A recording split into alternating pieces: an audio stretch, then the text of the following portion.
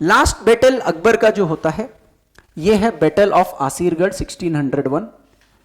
This was versus Miran Bahadur Khan. Miran Bahadur Khan ये नासिर खान का descendant था, Miran Bahadur Khan, and he declared independent from the Mughal territory and refused to pay homage to the Mughal Emperor Akbar.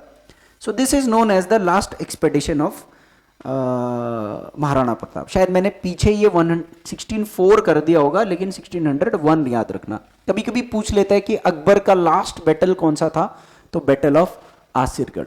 ठीक है, अकबर का first battle कौन सा था जिसमें वो खुद लड़ा था, battle of Mewar. And this was the second battle of Panipat where Akbar's caretaker Bairam Khan defeated Hemu, जहां से तय हो गया था कि अब भारत का जो गद्दी है वो अकबर के पास ही आने वाला है। Now Akbar is known for his religious believes. Akbar सबसे ज्यादा जिन चीजों के लिए जाना जाता है उसमें से एक ये पॉइंट भी आता है, रिलीजियस बिलीफ, अकबर की धार्मिक नीति। जन्म से तो ये एक सुन्नी मुसलमान था, he was a Sunni Muslim by birth, a Mongol descendant for sure, but it is said that slowly he became tolerant towards other religion under the influence of महामंगा एंड गुरु नानक्स आइडियोलॉजी। गुरु नानक देव जी बाबर के कंटेम्परेरी थे, और अकबर ने ऐसा कहते हैं कि महामंगा जो उनकी केयर टेकर थी उसके इन्फ्लुएंस में आकर के, हालांकि सीरियल्स में इनको काफी नेगेटिव कैरेक्टर भी दिखाया जाता है, बट काफी हद तक शायद ऐसा ना हुआ होगा, क्योंकि उनके इन्फ्लुएंस में आकर के वो थोड़ा और धर्मों के प्रति टॉलरेंट हुआ, उनकी भी चीजें सुनने लगा, जानने लगा, और हमेशा से क्यूरियस रहता था कि यार हमारे धर्म में ऐसा है, इनके धर्म में ऐसा है, सारे धर्मों की बातें मैं जानूं, समझूं, उसके हिसाब से रूल करूं। तो एक कीवर्ड आपको याद रखना है, सुलह ए कुल। सुलह ए कुल, एक ऐसा कुल जिसमें सबकी सुलह करा दूं मैं। ये सुलह कुल एक छोटा सा हॉल था, ठीक है ना, एक हॉल था। It was a hall, it was a hall in Fatehpur Sikri. So this was established in 1575, established in Fatehpur Sikri. जो फतेहपुर सीकरी का किला था उसमें उसने एक अलग से हॉल बनवाया जिसका नाम था सुलह कुल। अब यहां पर बहुत पर्टिकुलर डिस्कशन होता था। इस जगह को इबादत खाना भी बोलते थे, इसको याद रखिएगा, इबादत खाना सुलह कुल को ही बोला गया है। सो this was a place of religious discussion. सिर्फ धार्मिक चर्चाएं होंगी, और चर्चा कौन करेगा भाई, अकेले वो खुद तो करेगा नहीं, या उसके जो धर्म के काजी मुफ्तीज और रिलीजियस लीडर्स हैं उन नहीं। He invited scholars from all religions like Christianity, Hinduism, Jainism, Zoroastrianism. उसने सभी धर्म के धर्म गुरुओं को, जो उस समय के फेमस थे, वल्लभाचार्य जी थे, विठल जैसे हमारे विठल आचार्य थे, वल्लभाचार्य थे, जैन गुरुज थे, इन सबको बुलाते थे ये, और डिस्कस करते थे कि सर आपके धर्म की क्या बातें हैं, आपके धर्म की क्या बातें हैं, आपका धर्म इनके धर्म से अलग क्यों है, क्या कॉमन है, क्या अलग है। वो लड़ाई नहीं होती थी वहां पर, लाइक टीवी न्यूज डिबेट्स। फिर 1578 में इसी प्लेस को इन्होंने कॉमन पीपल के लिए भी ओपन कर दिया। पेपर में आता है ये सब कि when did Sulhkul was open to the common people, so the common people of the society can come into Sulhkul and discuss their view point also with respect to the religion. क्योंकि यार रिलीजियस लीडर, रिलीजियस गुरुज तो अपने हिसाब से decode कर रहे होंगे ना, आम आदमी की क्या सोच है धर्म के प्रति, इसके लिए इसने सुलह कुल की एस्टैब्लिशमेंट करी थी। और आगे चल करके जो सुलह कुल से कंक्लूजन निकला पता है भाई, देखो अकबर के दिमाग के अंदर रिलीजन के प्रति एक माइंडसेट तो डेवलप हो ही रहा होगा ना।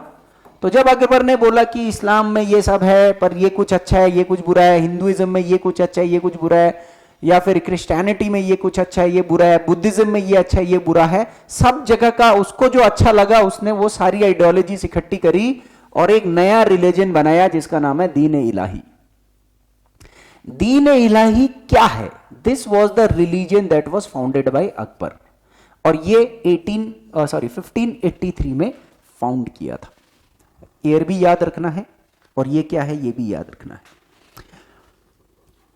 सर ये एक नया रिलीजन था जो मोनोथिज्म में बिलीव करता था। याद रखना ये टेक्निकल कीवर्ड है मोनोथिज्म। मोनोथिज्म का मतलब होता है एक भगवान को मानना।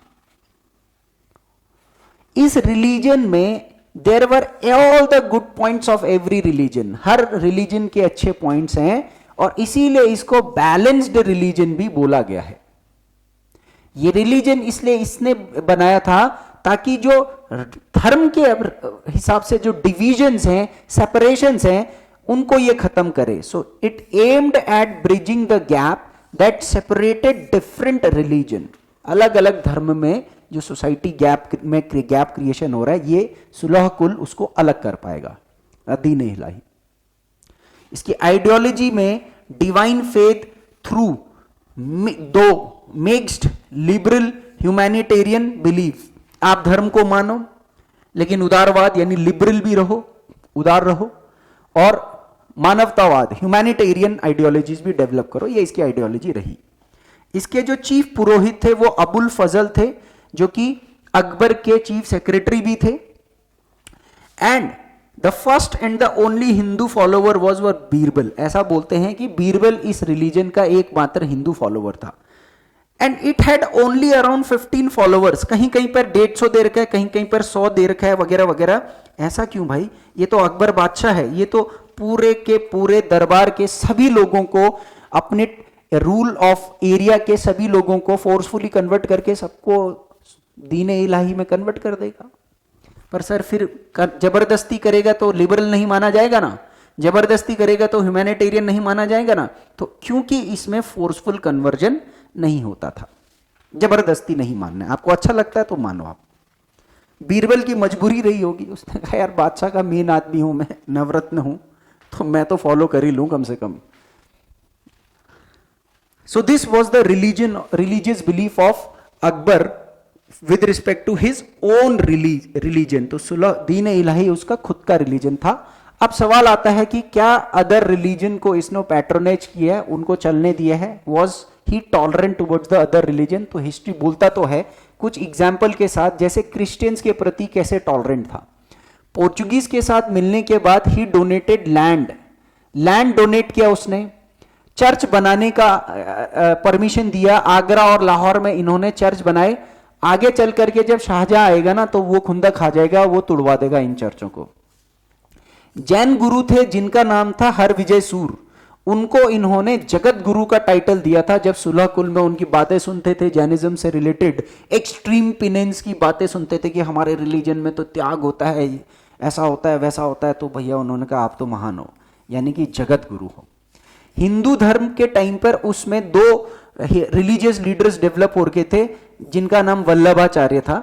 तो वल्लभाचार्य जो थे, इनको इन्होंने जयपुर बिहार और गोकुल यूपी में 2 जगह पर अच्छी खासी लैंड डोनेट करी थी अपने आश्रम्स वगैरह खोलने के लिए। और सिख गुरु इनके टाइम पर 4th सिख गुरु थे, सिखों के 4th गुरु थे गुरु रामदास। और गुरु रामदास से भी ये इंस्पायर्ड थे, मतलब उनकी भी बातें सुनते थे सुलह कुल के, उसमें उनकी क्या विचार हैं। तो ऐसा बोला करते हैं कि अमृतसर शहर आपने सुना होगा, वो अमृतसर शहर का 500 बीघा जमीन इनको दे दिया। उसी पर अमृतसर बाद में सिखों ने बसाया और गोल्डन टेम्पल भी वहां बनवाया। तो 4th Sikh Guru Guru Ramdas was the contemporary of Akbar. आगे चल करके सिख गुरुज के बारे में भी पढ़ाऊंगा, बट ये बताता है कि अलग अलग रिलीजन को इसने लैंड डोनेट करी, किसी को टाइटल दिया, किसी को सुलह कुल में इन्वाइट करा।